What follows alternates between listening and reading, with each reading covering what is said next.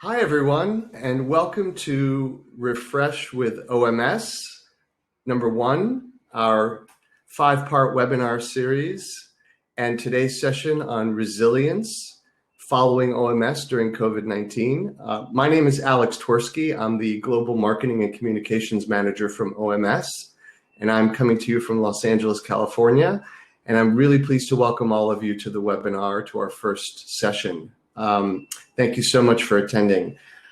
Before I welcome our presenter today, Dr. Rachael Hunter, to the stage, I just wanted to acknowledge that there's many of you here today, all from the United States all the way to Australia, and we're very, very pleased to have all of you.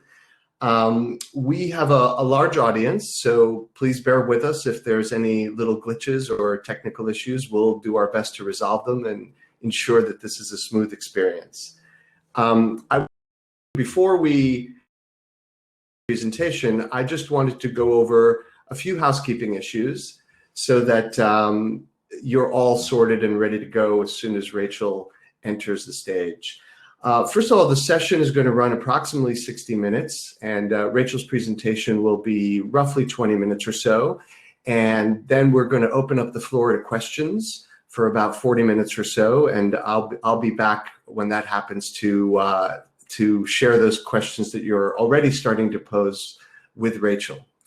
The session is being recorded, just so you're aware of that, and you will have full access to the replay of the session after the webinar. Actually, a link to the replay will be emailed to you since you've registered for it, but we will also be sending around a recap at the end of the week, which will include some questions that were posed but we didn't have a chance to answer, as well as the presentation itself and the link to the replay. So don't worry about missing anything. You will definitely have the full package by the end of the week, and you'll be able to revisit the webinar and replay it as often as you like. There are also several upcoming sessions for the next 5 weeks, one every Tuesday at the same time. So if you haven't already, please register for the future sessions, and I'll be sharing a link at the end of the webinar to show you how to do that. So now, in terms of submitting questions, you'll notice that over here is your questions tab, and some of you have already started using it. Now, if you submit a question, we will do our best to get to it. Obviously, you can understand that there's quite a few people here, so we won't be able to get to all the questions. But if someone else has submitted a question that's very similar to yours, you can use the upvote feature, which is what that little red arrow is pointing to vote for the question, especially if it's similar to the question you intended to ask. And that's a way that we can track how many of you have the same question, and we can make sure that that question gets to center stage. Now, if you're having any technical glitches, you know, it is technology and it's imperfect. We very much encourage you to leave the webinar room and re-enter, and the experience will be best if you're using a Chrome browser. So if you aren't already and you're having a technical issue, then definitely try to use a Chrome browser when you re-enter the room. But if you're not using a Chrome browser now and you're having no issues, then don't worry about it and just keep sailing. As I mentioned, the recap will follow at the end of the week, and we will have a full package to share with you in terms of questions that we haven't been able to get to, but that we'll try to answer in a digest at the end of the week, as well as sharing the presentation that Rachael will be delivering with you and the link to the replay video. So I guess without further ado, you're not here to hear me speak. So I would like to, with great pleasure, introduce our presenter for the day, Dr. Rachael Hunter. And I'm going to welcome her to the stage now. Welcome, Rachael. Hi, Alex. Thank you. My pleasure, Rachael. So I'm going to leave you now, and I'm going to queue up your presentation. So bear with me 1 second. Okay. Thanks for that, Alex. Hello, everyone. And what I'd like to just start off by saying what a privilege it is really to be here. And to be invited to convene the first of this series of seminars. But those of you who don't know me, I'll just do a little bit of an introduction. My name is Dr. Rachael Hunter, and I'm a clinical psychologist. I spent a long time working in the National Health Service here in the UK, where I worked in mental health services, working with both adults and children in community services and in medical settings. And I now work as a lecturer at Swansea University here on the beautiful South Wales coast. I'm really excited to be talking to you today about resilience and the importance of our emotional well-being, which is something that's very pressing and on all of our minds at the moment. And particularly, I think it's quite poignant because, as many of you might know, that it's Mental Health Awareness Week this week. So you might be seeing a lot of social media or a lot of commentary about that. So it seems really timely to be talking about this today.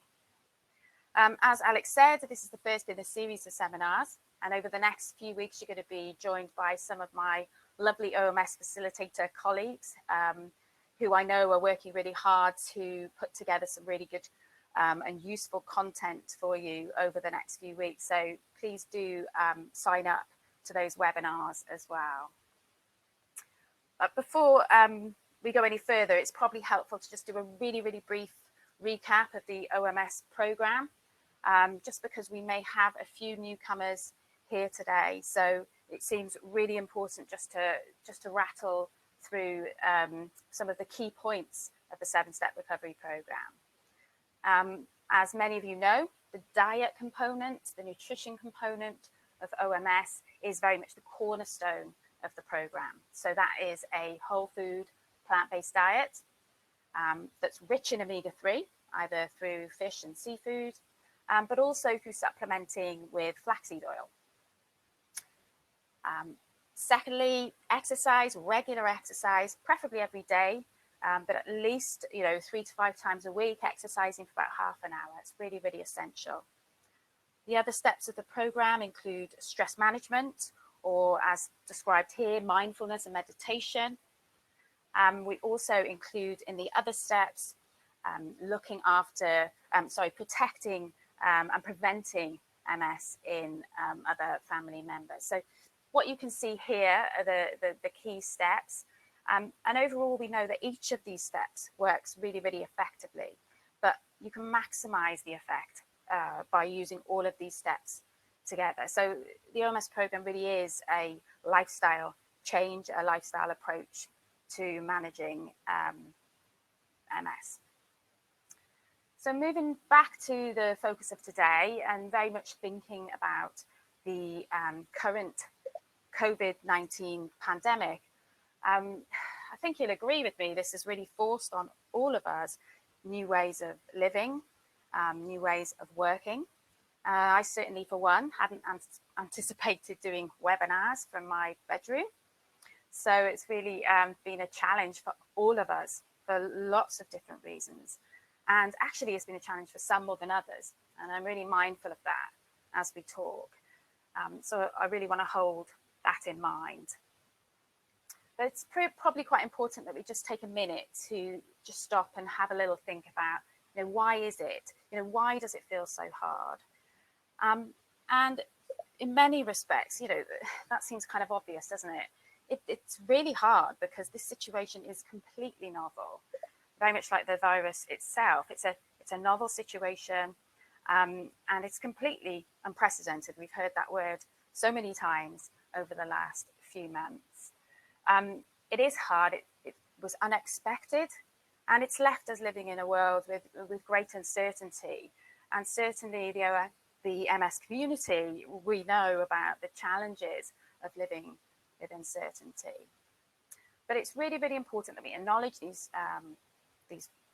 difficult feelings that the situation is creating for us, and we trust those feelings and we allow ourselves to feel them. They are valid.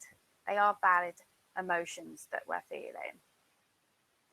But importantly, the situation may trigger some really overwhelming feelings for us. And I think a lot of people I've been talking to over the last few weeks are kind of curious about that and, wondering, what is it about this situation that is making me respond in the way that I might be, or find things so very difficult. I know a lot of people have been talking about the sort of emotion or the grief that they're feeling about the current situation. And I think it's important that we just take a moment to think about that. And I guess one of the ways I understand it is that, this situation has forced us to re-experience some really difficult emotions.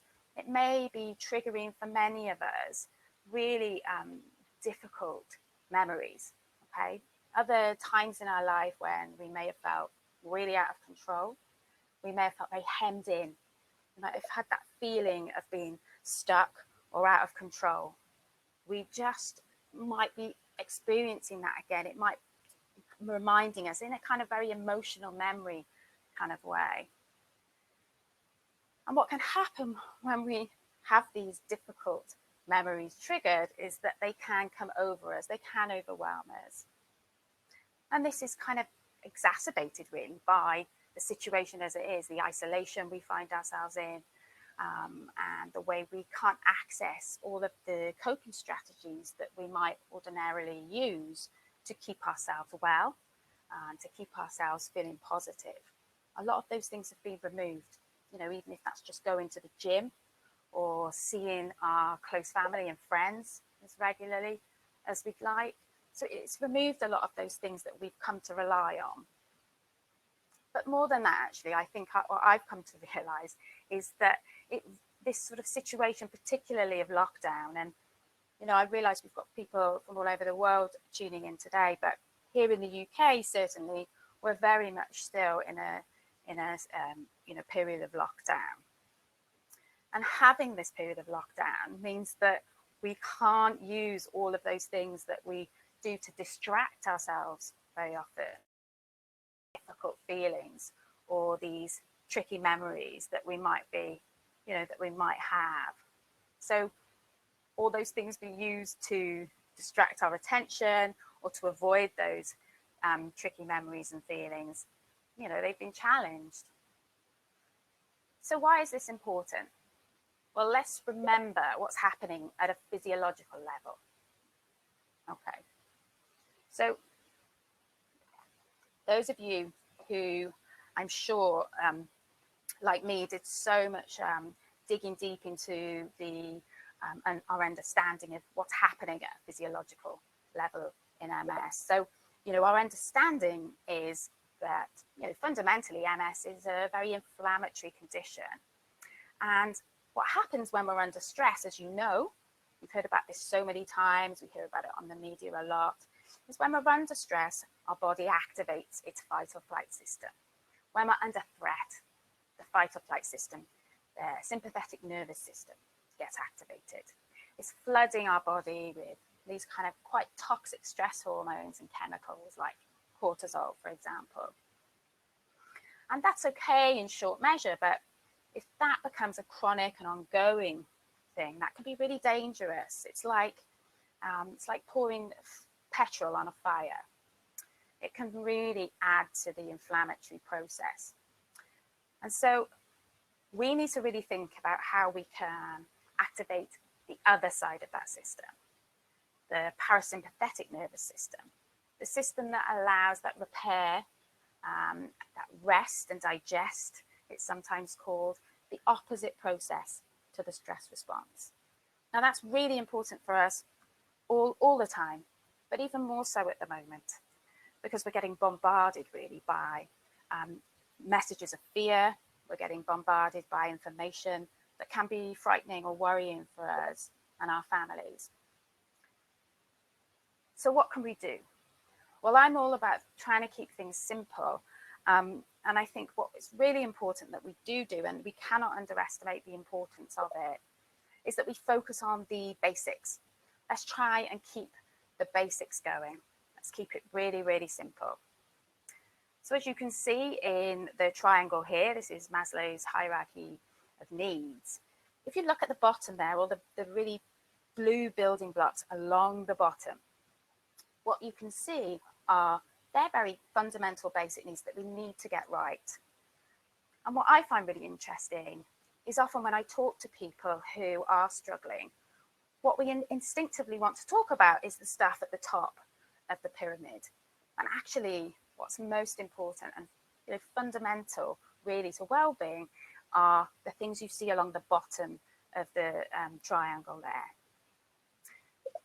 What we eat, how we sleep, being hydrated, using our breath. And actually at the moment, what I've found is those basic building blocks are more important than ever, not just for keeping us physically and emotionally well, but also for giving us a real sense of control in the situation. So the good news is that the OMS program is really working hard to do this for you and to help with these building blocks. So, the OMS program and all of the steps within it really work hard to reduce the risk of viral infection, to enhance your immune function.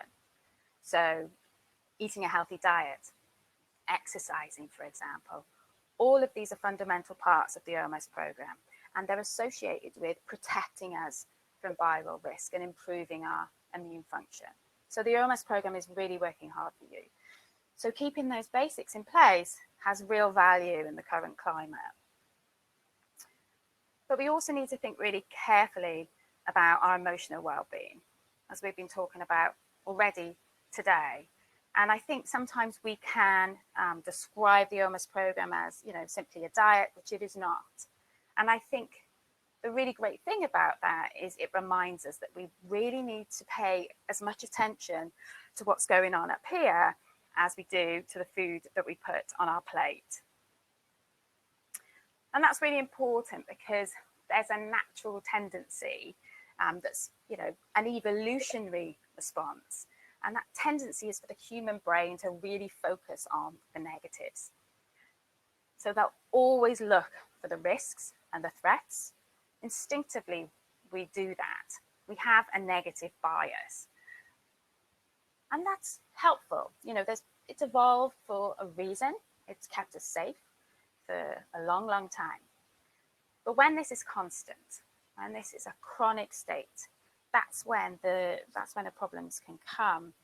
And I think we have begun to understand the value of finding time to look for the positives. We don't want to be overwhelmed by anxiety. That's going to add fuel, add that petrol to the fire of inflammation.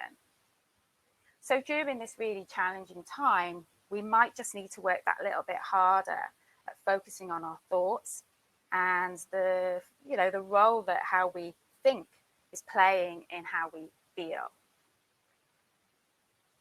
So some ideas about how we can manage this.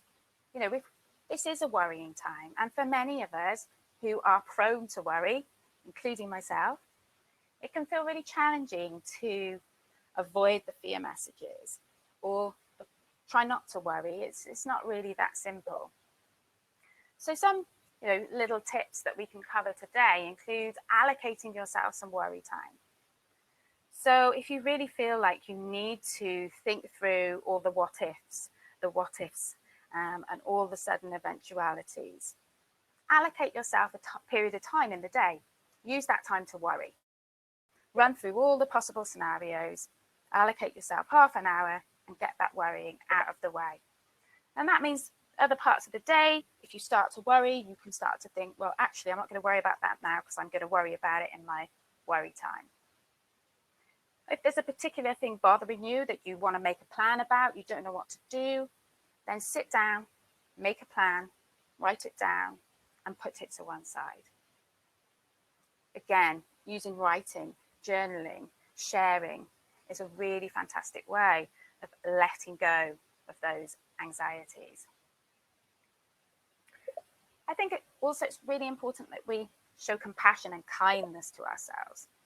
We don't need to minimize our worries. We shouldn't be embarrassed about the fact that we're worrying about these things. This situation is very real and it is very worrying. If you think about how you might speak to a child who tells you that they're worried, they might come to you and say, Mum, I'm really concerned. I'm really, really frightened about the situation. You wouldn't dismiss them or tell them that they were being silly. You would talk to them with kindness and compassion. And I think what we need to try and do is extend that same kindness and compassion to ourselves, and to talk kindly when we find ourselves in that situation. Interestingly, I think for a lot of people, this time has really forced them to think about what their true values are.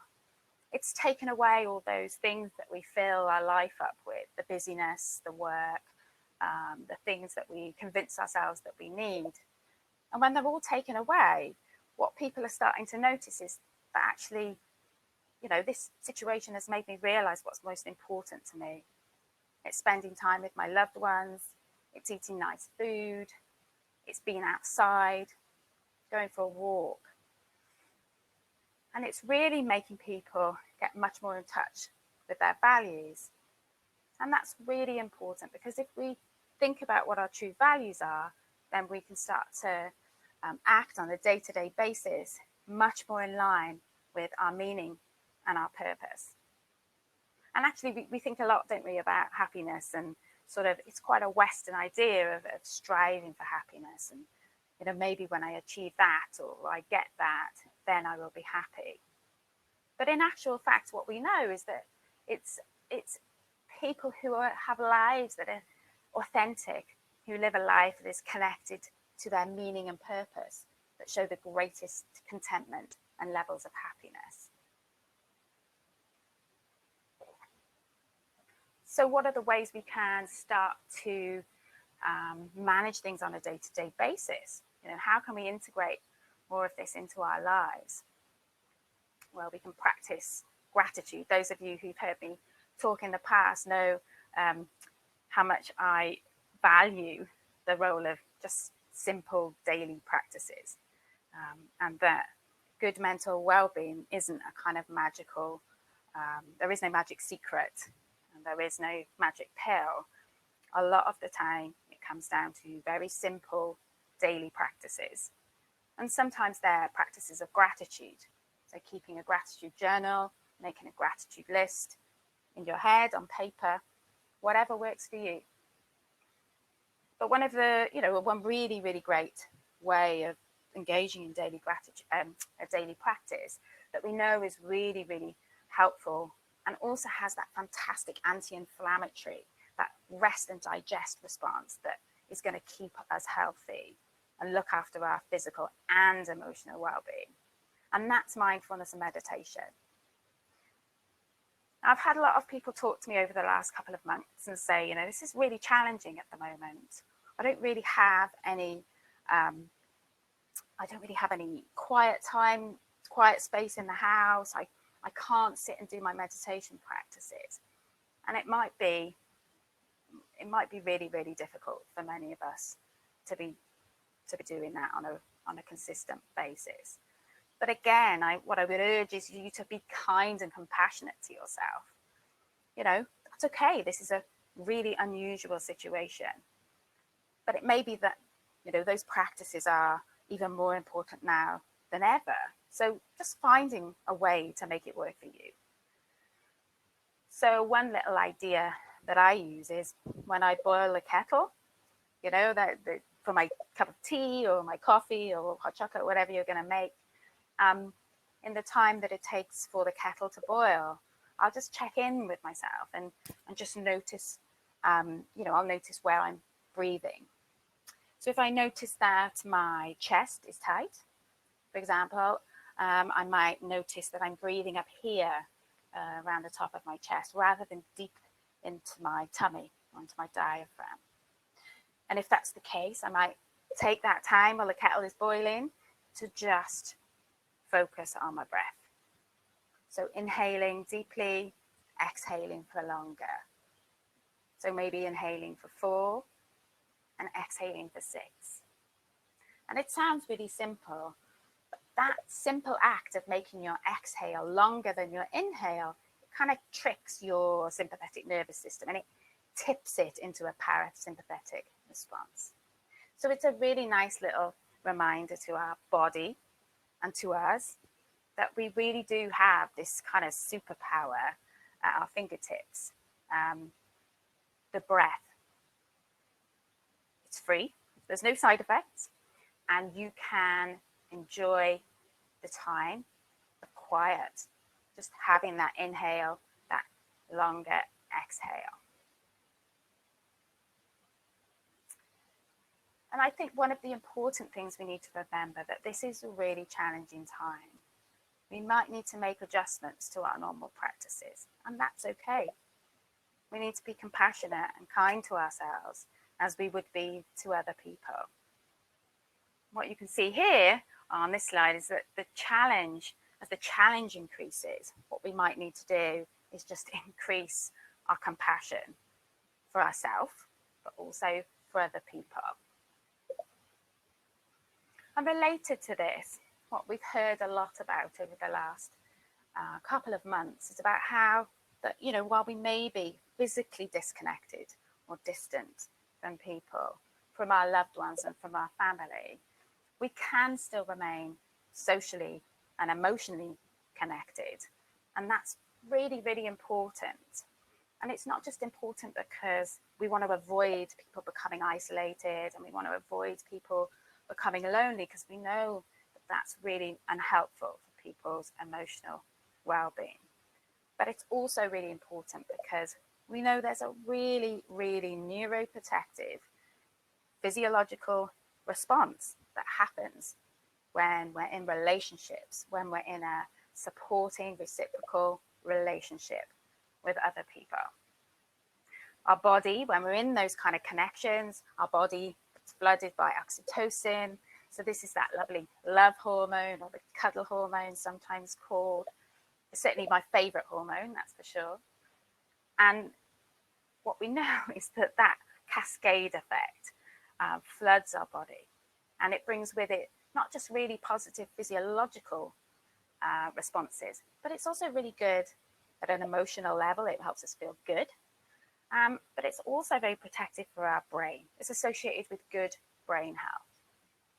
And what's amazing about it, I just think it's a phenomenal hormone, because what we know is that when we do engage in positive relationships and we might show kindness to another person, it's actually you, the person doing the giving or the act of kindness, who experiences, the best outcome from that. They experience that in a bigger wave. So it's really, really quite incredible.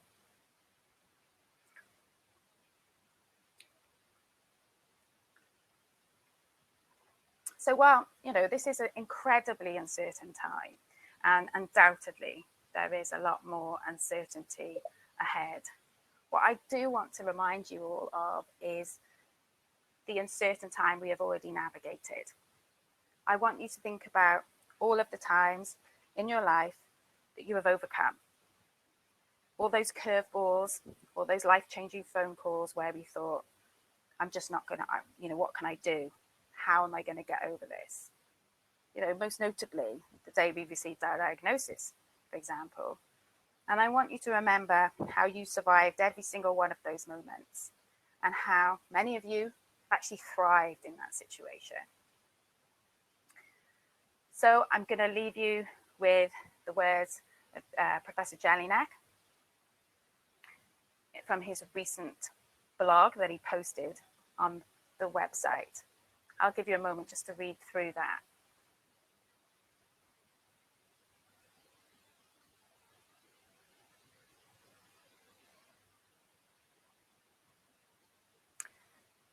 So I'm going to wrap up here.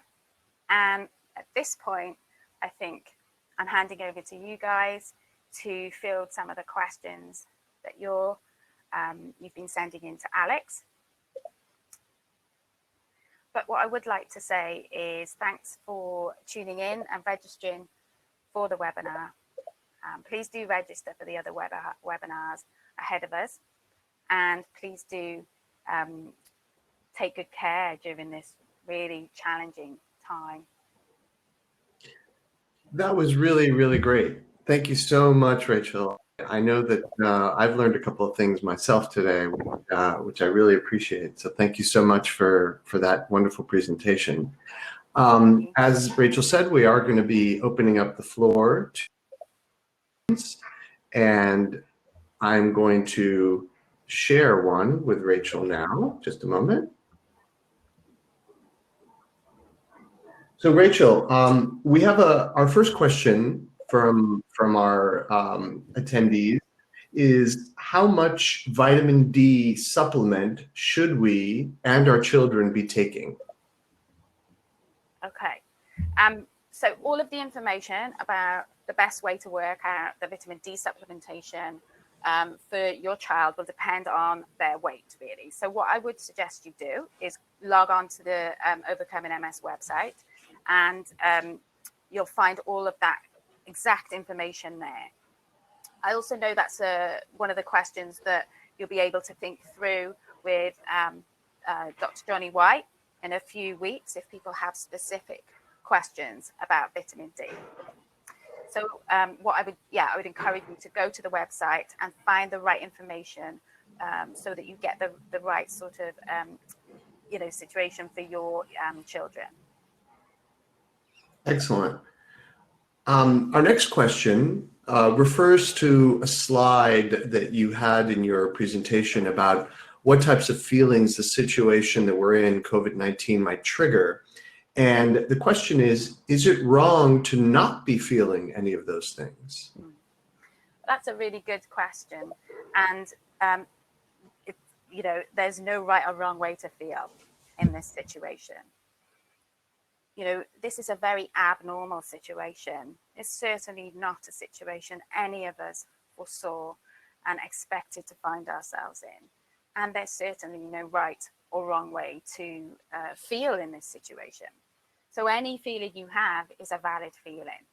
I think the problem comes when we try to ignore those feelings, suppress those feelings, push them away, because that, when we try to do that, it doesn't really work. All that happens is they just become bigger and bigger and build up a bit like a pressure cooker. So I think all of those feelings are valid, and it's good to talk about them, write them down, seek support. Rachel, our next question is about the risks of catching COVID-19 or contracting COVID-19. Are we, I presume, meaning people in the MS community, at a bigger risk of catching COVID-19? Is there anything we can do to reduce our risk? I'm a frontline senior nurse with RRMS, plus autonomic dysregulation, cardiac, gastric, and renal problems. So clearly somebody who has some health issues and wants to make sure that they are best protected. What are the best strategies for people who are immunocompromised to prevent themselves from being exposed or catching COVID-19? Okay, that's a really interesting question, and I know it's one that's very much on people's mind, particularly as there seem to be quite conflicting messages out there in the media. What I would say is I am involved with a couple of projects that are looking around the risks to the MS population. Obviously that data collection is like very fluid, very dynamic, but at the moment, it doesn't seem like people with MS are massively at an increased risk than the rest of the general population. Obviously, there are questions around whether certain DMTs or treatments and other chronic conditions, like the person emailing in described that she had other coexisting conditions, and obviously they're going to play a part as well. So it can get quite complicated, but certainly the data that we're seeing at the moment doesn't suggest that we're at particularly high risk. So I think what I would suggest is first to talk to your line manager and share your concerns, because if they don't know about your concerns or your situation, then they can't serve to help you resolve your concerns or to put safety factors in place. So first, I would really encourage you to talk to them or to someone you trust within your management structure. And I think, importantly, it's, just focus on the fact that by following the Oms program, you're already doing so much more than a lot of other people living with MS. You're maximizing your immune function, and you're minimizing the risk of viral infection as best you can. So just by sticking with the program, you're already doing a huge amount to protect yourself. And of course, it goes without saying, all of those safety factors, safety behaviors around hand washing, wearing a mask, perhaps, if that makes you feel more comfortable as well. So there are lots of practical things you can do. But I think it's really important to share your concerns with your employer, and to see how they can put things in place to make you feel comfortable enough to do your job effectively. Thank you, Rachel. Our next question is about polyvagal theory. Will OMS now be influenced by polyvagal theory? I think polyvagal theory is really relevant, and it's a really interesting and, as you know, growing area. And I think certainly, like any other evidence, as evidence emerges, that will always be looked at and considered. But at the moment, there are no plans to change the Oms program. If information changes, then that will be integrated. This is an evidence-based program, so that's always our primary aim. So I think it's very early days for the polyvagal theory, but I think there's real promise in helping us understand the role of that stress has on the body. So I think it's a case of kind of watch this space, but always know that Professor Jelinek and Dr. White and the team at OMS really do have their sort of ears to the ground, looking at this literature that's emerging for sure. We have another question from someone in attendance who has recently recovered from COVID-19, but noticed that their underlying MS symptoms were heightened during this time. And this person was also feeling a lot weaker than usual. They were wondering if this is to be expected. Yeah, absolutely. I think if you think about any virus or illness that you have, many people report that it exacerbates their MS symptoms in the short term. And for some people, that can go the longer term. We don't know much about COVID-19, but clearly this is it's a really dangerous virus, and we're just learning more and more about how it's affecting people. We're learning it as we go, as we go along, doing our best to understand it. I would say don't be too concerned about that. That seems an entirely normal physiological response to this novel virus that your body's been hosting. So it may take longer than normal to get back into, feeling like yourself. But what I would kind of urge you to do is sort of take your time with that, and take baby steps back towards what you were doing. But it does seem entirely in keeping with what we're hearing from the general population who have had COVID-19, that recovery can be more problematic for some people. But we also know that many people are recovering and getting back to normal without any problem. So I wouldn't be too concerned in the short term about that. And just to, put in place all those things that you usually do that help you get back to feeling, like your old self. Rachel, our next question is, what happens when a person discovers that their family is just too busy to help or to understand someone's MS journey? What should one do or focus on then? That's such a it's quite a moving question, really, and I'm really sad that if the person asking that question finds themselves in that situation. I guess what I would do is say to you, you're not alone, and families can react in all sorts of ways to difficult news about their loved ones, they can react in ways we didn't expect them to. They can react in ways that can actually seem quite selfish to us. And as we all know, families are complicated. Families are tricky. So I think it's really challenging to know what to do in those situations. I think it's really important not to blame yourself. And I think it's important not to think that you need to convince them of why this is important for them to understand. You know, you've got to prioritize your health and well-being at the moment. What you can do is give them the information.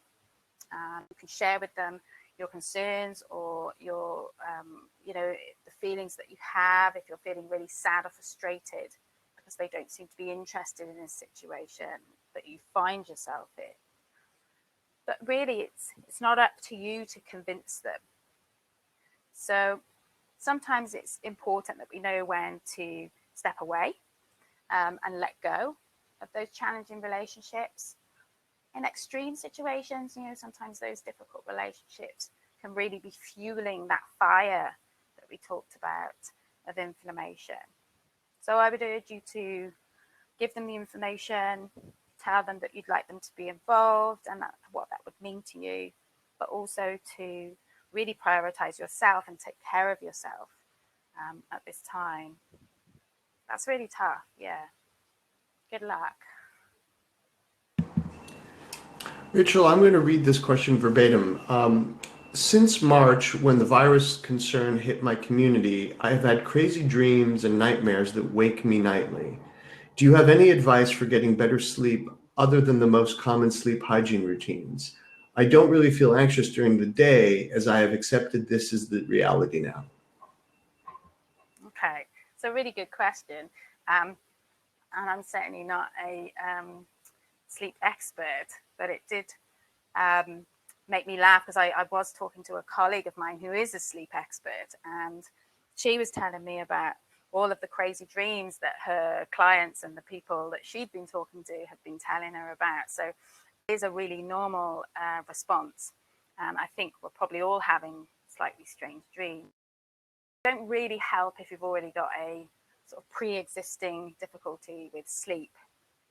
And, I think that standard sleep hygiene advice, I know it seems quite predictable, but like the building blocks on that kind of hierarchy of needs, it's so important that we get the sleep that our body needs. So I think it's just taking time to just check those boxes. Are you getting out in the fresh air if you can? Are you getting the exercise that you can?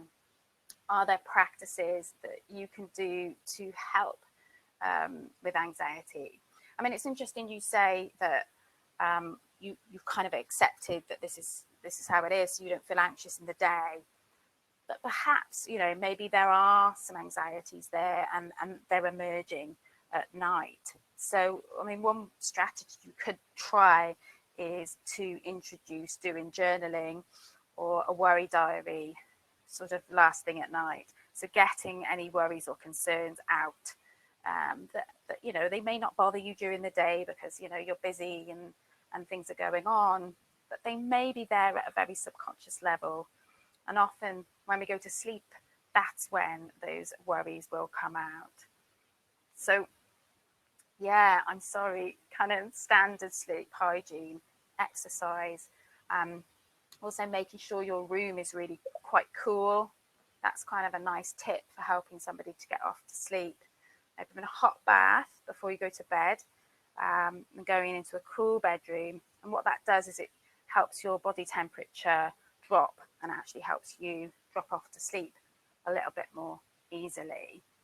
The other thing you might want to try is introducing a slightly different type of mantra or meditation at different times of the day, but particularly at night. There are some great sleep meditation apps that you could log into. So, I mean, that might be something new to try for you. So there were no easy fixes to that, you know, apart from that really good sleep hygiene, and maybe changing your routine a little bit around writing about or offloading some of those anxieties or worries, even if you feel like they're not really a worry. Maybe writing down concerns that might be there at an unconscious kind of level.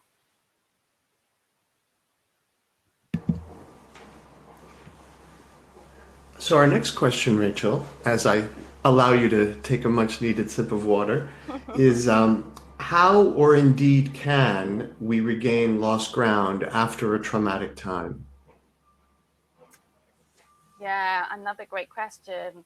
I mean, I think, you know, as I said in the presentation, it's really important that we, you know, think back to the other times in our life when we've faced these challenges that at the time just seemed completely insurmountable. You know, most notably our diagnosis, but I know that there'll be loads of other occasions that people will have experienced bereavements, loss, all sorts of traumatic challenges. And certainly from the work I've done in mental health and with victims of trauma, you know, what I've seen is that the human spirit is immensely able to overcome the challenges that we face. So I'm not sure what the person even about you know, making up lost ground, but I can certainly relate to that sense of you know, I felt like I was making progress. Maybe it's at work, or maybe it is in managing your MS, and along came this virus, and it's kind of changed everything. So how do we get back on track? And I think, again, it's just about trying to practice compassion and kindness to yourself, not having high expectations, not setting your expectations of yourself out of reach. You know, maybe at the moment, all we can do is get through each day and accomplish the building blocks at the bottom of that hierarchy, that triangle of needs. So if we make sure we don't set our expectations too high, there's going to be a lot of work for all of us to do.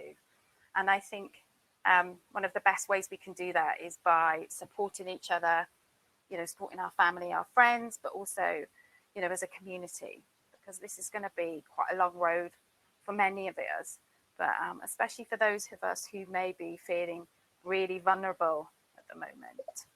So I think it is going to be a long road ahead, but I have every faith, as you know, as George Jelinek said in his blog post that I posted at the end of the presentation. You know, we are used to navigating uncertainty. We've faced uncertainty and quite a traumatic, life-changing diagnosis, and we came through that. So I think it's important to look at what we've achieved. Rachel, is stress the strongest trigger for further relapses, or does the strongest trigger vary for each of us? I guess it's a bit of $1 million question, really. And if only we knew so much more about MS, that would be really, really helpful. But, you know, as all of you know, there's a really good evidence base that points to stress as a trigger for relapse. And particularly, you know, there's you know, robust studies that show that traumatic events often precede that first big relapse or the onset of MS symptoms. So undoubtedly stress plays a role. We talked today about the sympathetic nervous system and how that contributes to the inflammatory response. I don't think stress is the whole, you know, it doesn't explain everything. You know, this MS is a complicated, complex condition. What we know is there are certain types of stress that can be more problematic. So it's the kind of chronic, ongoing stress that seems to be particularly for people living with MS. So it's not those kind of acute stressors, maybe like a car wreck or a car accident or something. It's the more chronic and ongoing challenges and worries, particularly things like toxic relationships is a really good example. So it's the ongoing challenges that we face in those relationships, or the challenges of being stuck in a job perhaps that we really hate, and every morning we kind of get up and feel, really, find it a really difficult environment to be in. So it's those kinds of chronic stresses that seem to be much more challenging and toxic for those of us living with MS. So no, stress isn't the whole story, but it plays an important part. And I think that's really valuable to know, because there's so much we can do to manage stress.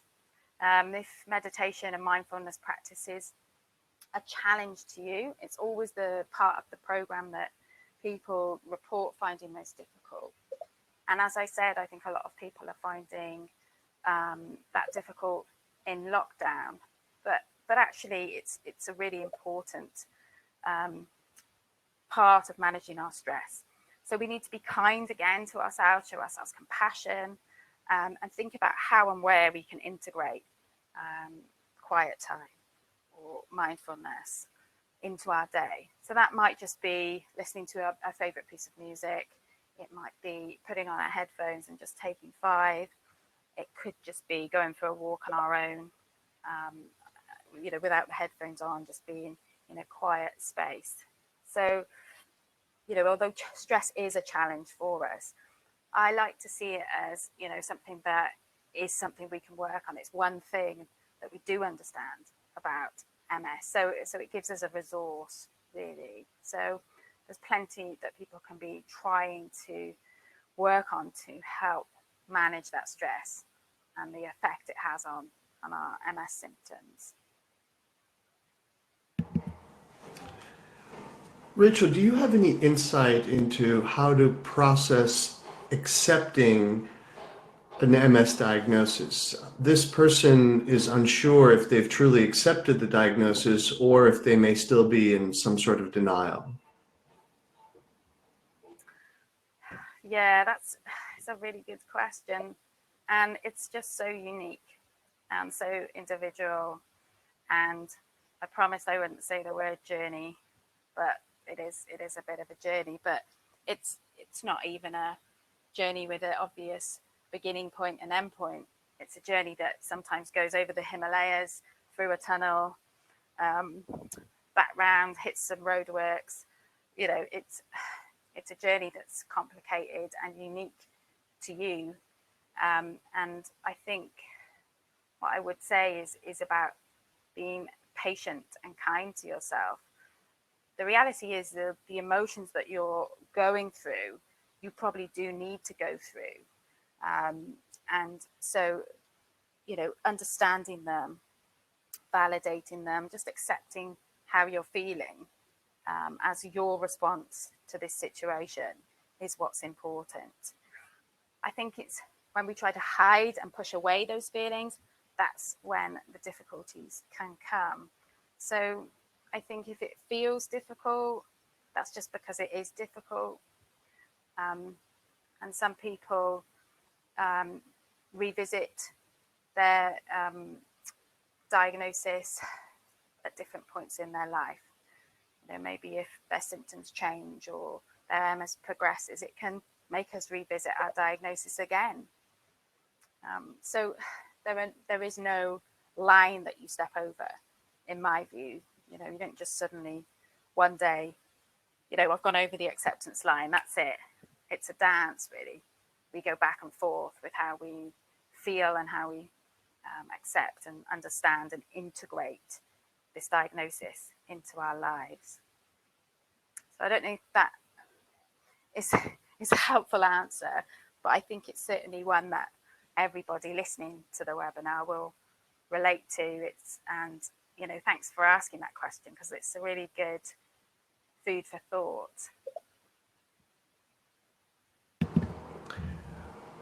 Rachel, our next question I'm going to read verbatim. I was diagnosed with MS a month ago and I'm still battling optic neuritis. I'm having almost panic attacks every day, just worrying it won't get any better. I go back to work today as an emergency physician, and I'm really quite nervous.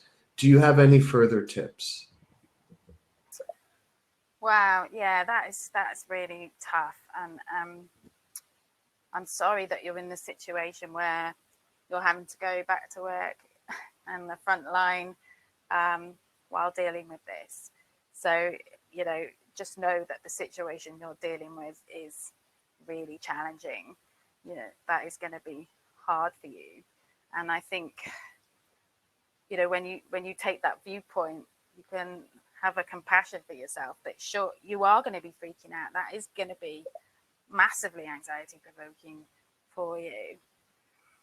I mean, I think there are practical things you can do and that I would urge you to do, is to talk to your line manager, but also your colleagues. If you feel comfortable, that is, to share with them what you're going through.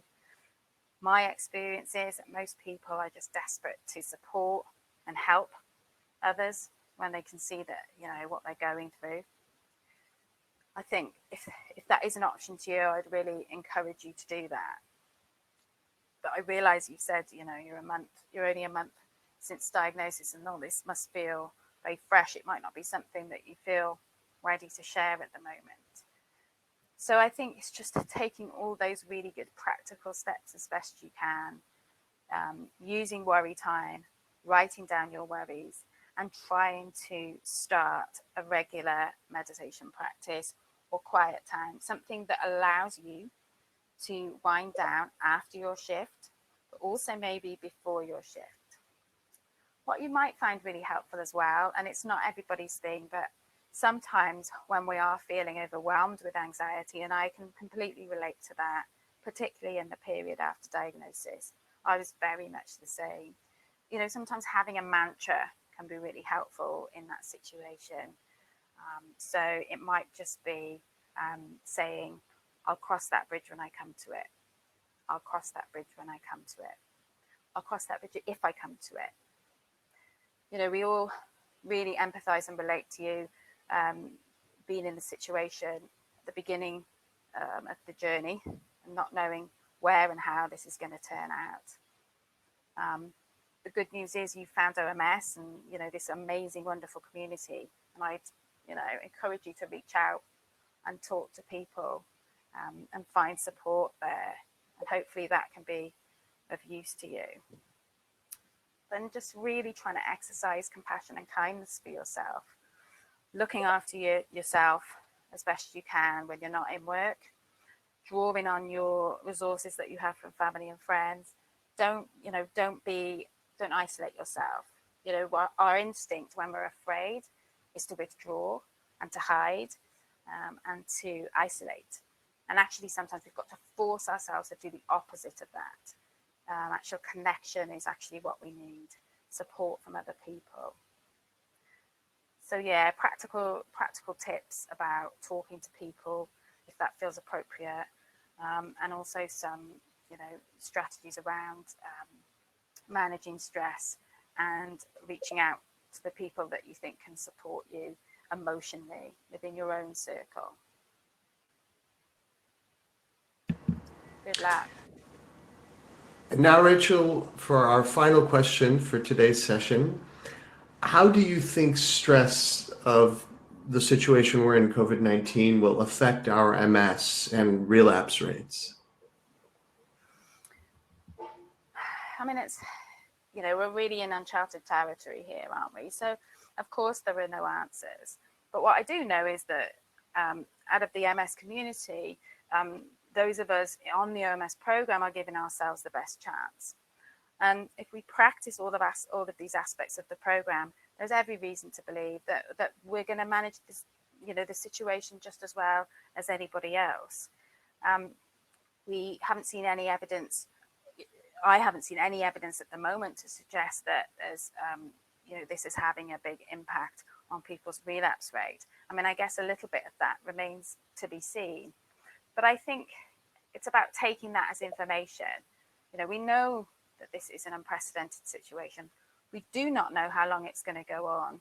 So we really need to focus in on the fundamentals, those basic aspects of the OMS program, which is where we started the presentation. So getting those things right, thinking about what we eat, thinking about how we move and when we move, looking after our mental health. I think if we can do all of those things, then there's no reason to think that we can't cope with the current situation at all. We've done, we're used to challenging times. We've done hard things, and we can do this. And, we have a community that we can connect to. So I really have a lot of faith that we're going to come through this okay. Rachael, thank you so much for such a wonderful hour well spent learning about resilience in the face of COVID-19. And on behalf of OMS, I'd like to thank all of you who attended and stuck with us for this presentation. And we very much encourage you to register for future sessions. There'll be one next Tuesday, May 26th, on the OMS diet, healthy eating at home, and future presentations every week for the next 4 weeks. We really hope you join us. I've sent through a link on how you can register for future sessions. Rachael, again, thank you so much from the bottom of our hearts for such an insightful and helpful presentation on resilience. And to all of you, stay healthy and stay happy and stay focused. And we look forward to seeing you again next week. Thank you. Bye. Bye now.